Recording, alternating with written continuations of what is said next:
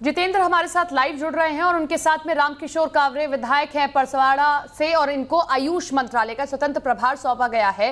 जितेंद्र, जरा इनसे सवाल करें कि किस तरीके से नया मंत्रालय सौंपा गया है, कितने तैयार हैं और क्या लग रहा है कि नई जिम्मेदारी कितनी चुनौती भरी?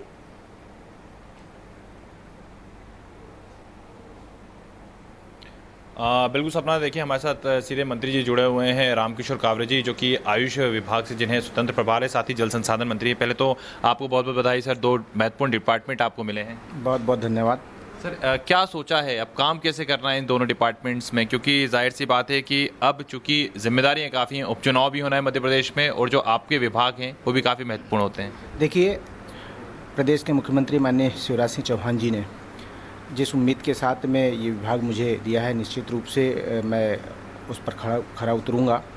और रही बात विभाग की, इस कोरोना महामारी में ये देश आयुर्वेद का देश रहा है और इस आयुर्वेद के माध्यम से हम निश्चित रूप से पूरे मध्य प्रदेश में उस गांव तक के जहां तक के कोई नहीं पहुंच पाता, उस गांव तक के हम आयुर्वेद को पहुंचाने का काम करेंगे।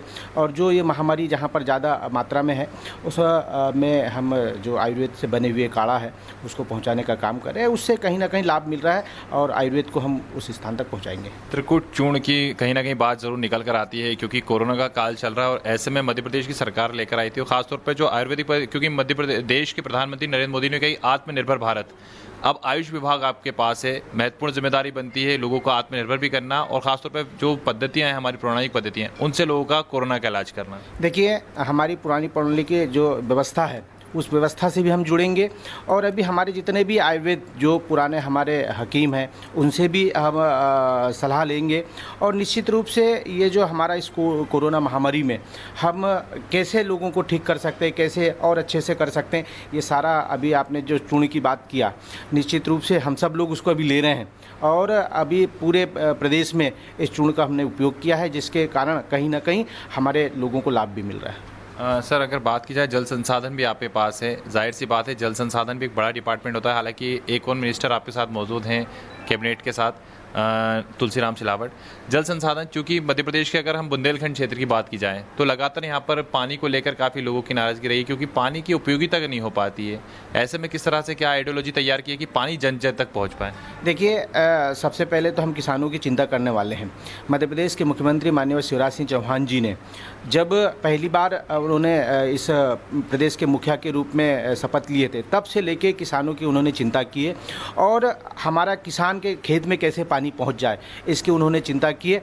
निश्चित रूप से ये विभाग भी हमारे को मिला है। निश्चित रूप से हमारे कैबिनेट मंत्री आदरणीय तुलसी सिलावटकर जी के साथ में मिलकर हम किसान के खेत तक पानी पहुंचाने का काम करेंगे। चूँकि मैं भी ग्रामीण क्षेत्र से आता हूं, मेरा भी क्षेत्र कहीं ना कहीं इस सारी व्यवस्था से लगा हुआ है। मैं भी ये चाहता हूँ कि मैं क्योंकि जानता हूँ कि किसान कितनी परेशानियों का सामना करता है। अगर उसके खेत में अगर मौसम कहीं बिगड़ गया और पानी नहीं आया तो कहीं ना कहीं हम इस पर निर्भर रहते हैं। तो किसान के खेती तक कैसे पानी पहुंच जाए इसकी हम चिंता करेंगे। हम तालाब का निर्माण करेंगे और भी जितनी व्यवस्थाएं हो सकती है विभाग के साथ में बैठकर हम अच्छा एक पॉलिसी बनाकर किसान के खेत तक पानी पहुंचाने का काम करेंगे। सर, उपचुनाव है सामने, आपके पास जो विभाग हैं उन विभागों के माध्यम से उपचुनाव में क्या महत्वपूर्ण भूमिका निभाने वाले हैं?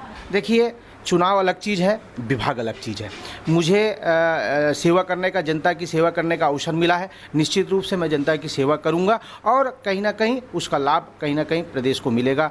निश्चित रूप से मानिए कि हम अंतिम छोर पे बैठे हुए व्यक्ति की सेवा करने वाले विचारधारा से जुड़े हुए लोग हैं। भारतीय जनता पार्टी का लक्ष्य है अंतिम छोर पर बैठा हुआ व्यक्ति, उसका कैसे विकास हो, इसकी चिंता विभाग के माध्यम से हम उस परिवार तक जाएंगे और उस परिवार को कैसे हम लाभ दे सकते हैं शासन प्रशासन के माध्यम से, वो सारा सेवा करने का काम करेंगे। सर, एक और बात की जाए तो परसवाड़ा आपका विधानसभा क्षेत्र आता है, काफ़ी बैकवर्ड एरिया माना जाता है, क्योंकि नक्सलाइट जो क्षेत्र की भूमिका है वो भी यहाँ पर मानी जाती है। ऐसे में आपके क्षेत्र की जनता को तमाम चीज़ें, तमाम सुविधाएं मिल सकें, किसी प्रकार का डर ना रहे, इसके लिए क्या प्लानिंग की गई? देखिए, मेरा अति नक्सलाइट क्षेत्र है। मुझे पहली बार जब 2008 में मैं पहली बार विधायक बना था, निश्चित रूप से वो बहुत पिछड़ा हुआ क्षेत्र था और पहली बार उस क्षेत्र से भारतीय जनता पार्टी के कार्यकर्ता के रूप में मुझे अवसर मिला था काम करने का।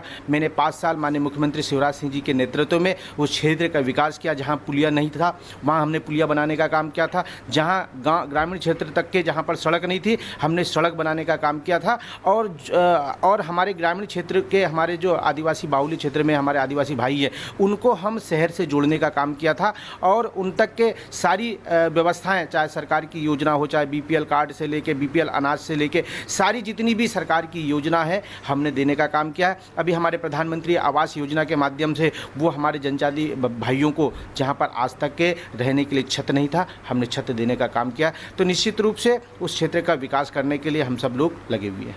सर, कांग्रेस आरोप लगा रही है, मलाईदार विभागों का नाम ले रही है कि कहीं ना कहीं फूट नजर आ रही है। सिंधिया खेमे में अच्छे डिपार्टमेंट चले गए, बीजेपी के सीनियर लीडर उसका नहीं मिल पाए, तो कांग्रेस लगातार तमाम जो आरोप हैं वो आप लोगों पर लगा रही है। देखिए, मैंने पहले ही कहा था कि हम पंडित दीनदयाल उपाध्याय जी के एकात्म मानववाद के विचार पर काम करने वाले व्यक्ति हैं।